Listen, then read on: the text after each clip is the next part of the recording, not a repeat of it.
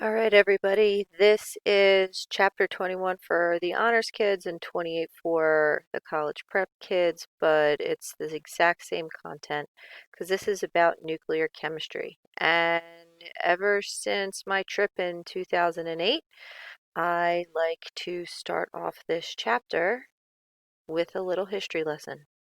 And it asks, what was Fat Man and Little Boy?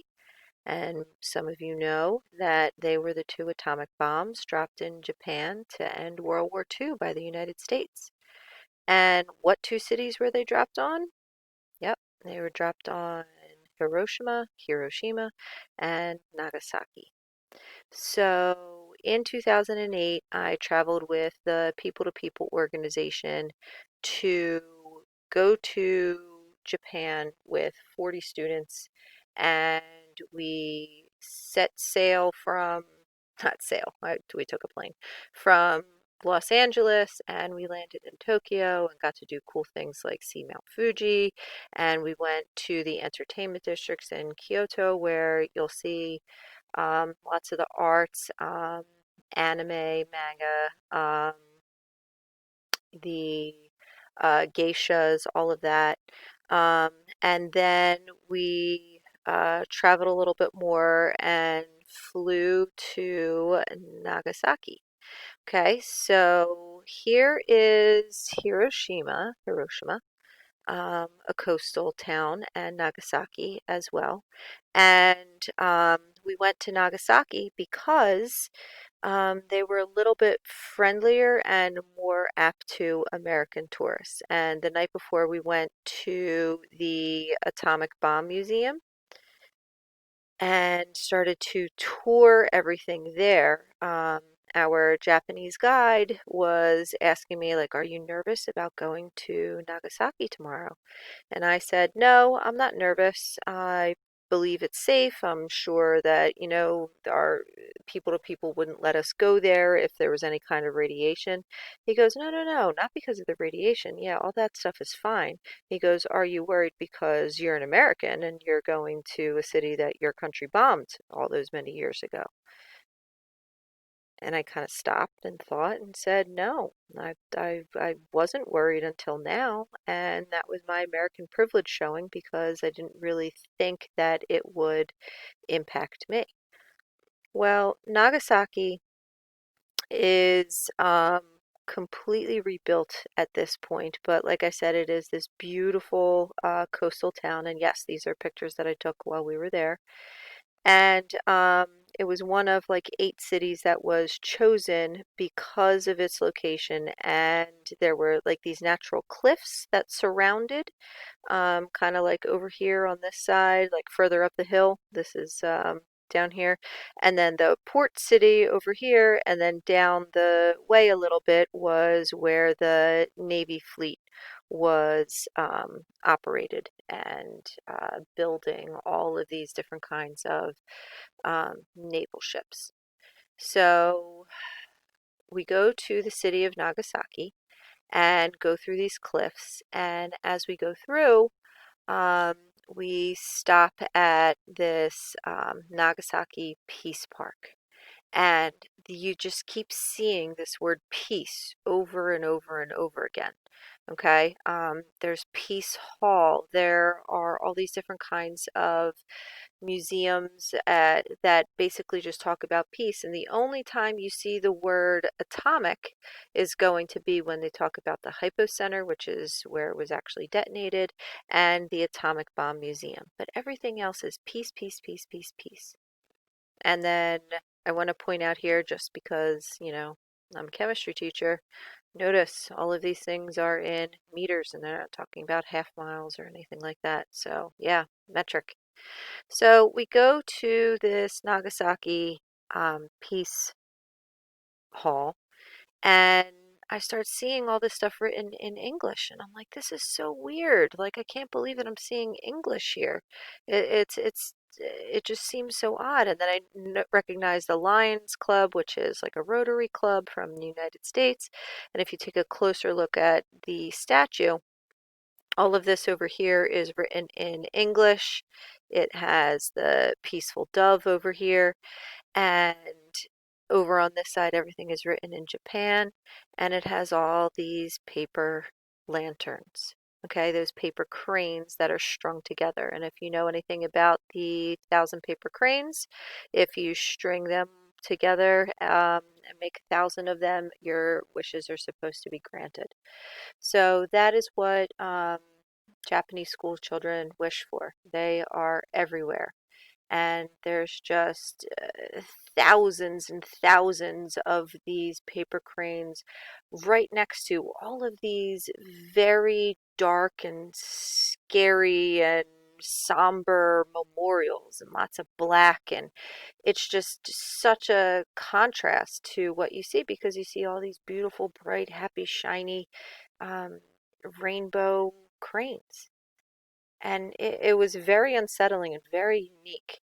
um, and then you turn the corner and you come across like this statue right here. And this is an artist's depiction of what it was like to live during that time, and what it's like to have a nuclear weapon dropped on your city, and all of these innocent children that died. Because when an atomic bomb occurs, the temperature goes from your, regular, let's use um, 25 degrees Celsius, which is like 75 degrees Fahrenheit, goes up to 2,000 degrees in an instant. And everything is immediately scorched. Anything that is close enough to the hypocenter is immediately vaporized. All the water in the ground, all the water in the trees just poof, vaporized. And um, if you were far enough away, you were safe, but buildings were exploded. I mean, there's obviously lots and lots of things going on all at the same time. Um, at the hypocenter, there is about, I guess this was about 3.5 feet tall. Um, the ground level immediately dropped 3.5 feet. Like as I said, all of the soil, the water was vaporized. And it was unbelievable, because to think of everything just moving like down a couple of feet and having this big crater is just unbelievable. And at the Nagasaki Peace Park, so if this right here is the harbor that I showed you in the beginning, okay, so we were over here when I took that picture. And then you'll see that there's like the shipyard, and all of the other factories were on the other side. That's their main target. Well, they released the bomb up over here. Okay, and anything that was red is, the hypocenter. Anything that is orange is completely destroyed and burned down. Anything that is in this purple is just burned down. This orangey color over here, everything is destroyed, and then, some things over here are half destroyed. But in 1945, on August 9th at 11:02 a.m., that's when the bomb was dropped. And the reason why they know it was 11:02 is because that's when all the gears of the clocks all melted and froze in time. So the statue that I just showed you is over here on this side, and there's this just general sloping, this gentle gradient, this hill, as you travel all the way down. And right here is the monolith, where I believe it was like 200 meters or so above the ground it detonated. It was supposed to detonate higher, or maybe it was 50 meters. It was 50 meters above the ground, and it was supposed to be at 200 meters. It's a little fuzzy at this point. Um, and if it was actually detonated higher, it would have been even more casualties. So remember this spot right here, because that's what this is. This is the monolith above the hypocenter.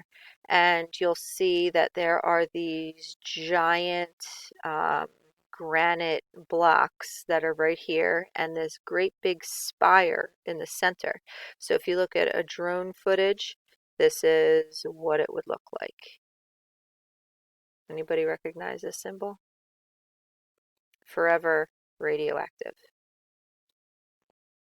And um, the interpreters were telling us that it was 143,000 people that died in and around um, the days of and the days after.